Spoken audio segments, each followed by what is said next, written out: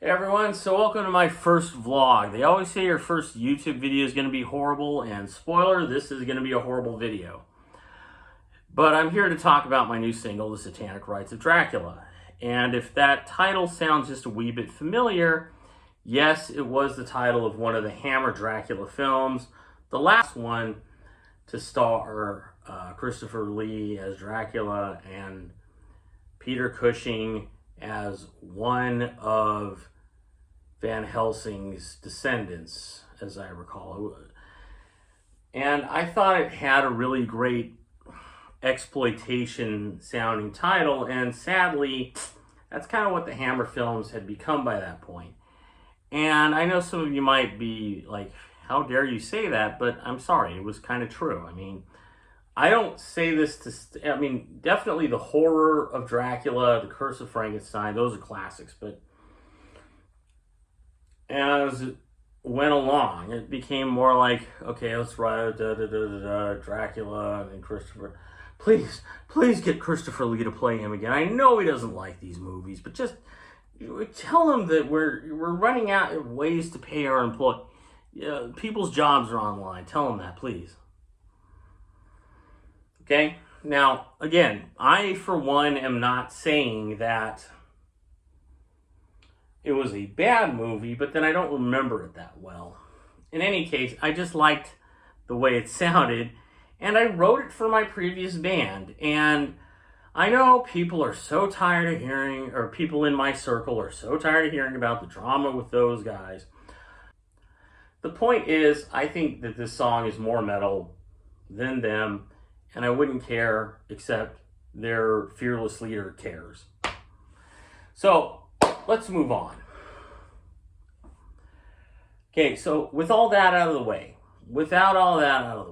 I am gotten my first solo merch. But see, here's part of the, and I've said this on my Facebook, part of the challenge of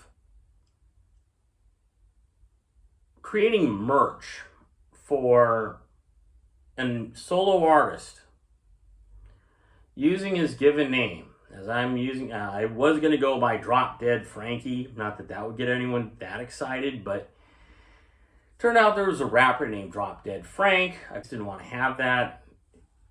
I'm just going to use my given name, why, but one of the challenges is like, who cares?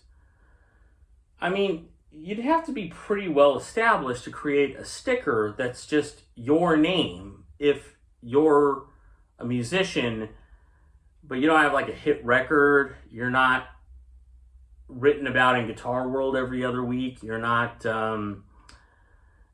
tied to anyone bigger than you. I mean, think about it this way.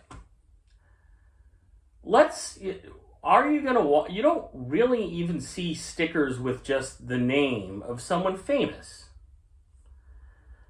How often do you see Michael Jackson memorabilia? Probably pretty often. How often is it just the name, Michael Jackson? It's a very plain name, isn't it? How often do you see just a sticker saying Paul McCartney?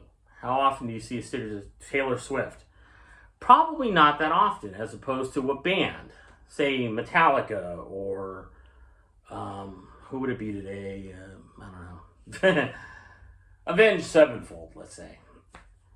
Now, the reason for that partly is because that's something, that gives you an idea of what you're supposed to hear, right? It makes a statement. A name by itself. Let's suppose we weren't even talking about bands or artists.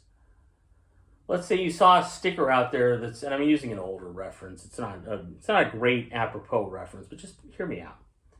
Suppose you saw a sticker that said Lethal Weapon.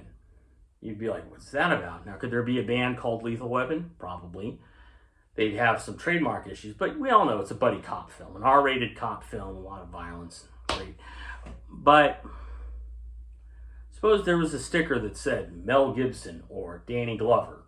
Now, today, everybody at least knows.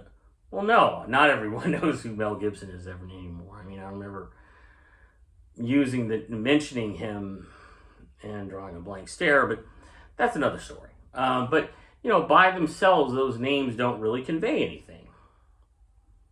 You'd have to at least know who they were.